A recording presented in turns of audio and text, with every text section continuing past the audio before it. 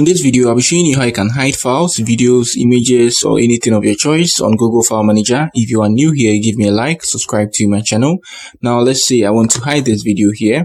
I tap on the three bars you see there, and you can see move to save folder. I tap on move to save folder here. So I need to create a pin for that.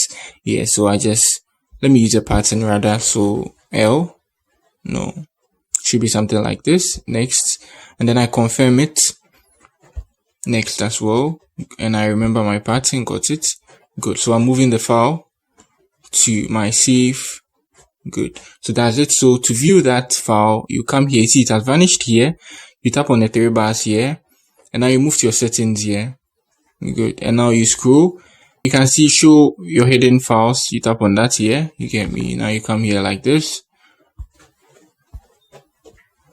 and you can see save folder here, collections. Tap on that. You draw your pattern to unlock it, and you see the video here. If you want to remove it, you move out of save folder, and that's it. So if you are new here, give me a like, subscribe to my channel. I have a lot of tutorials on Google File Manager. You can check them out. Peace.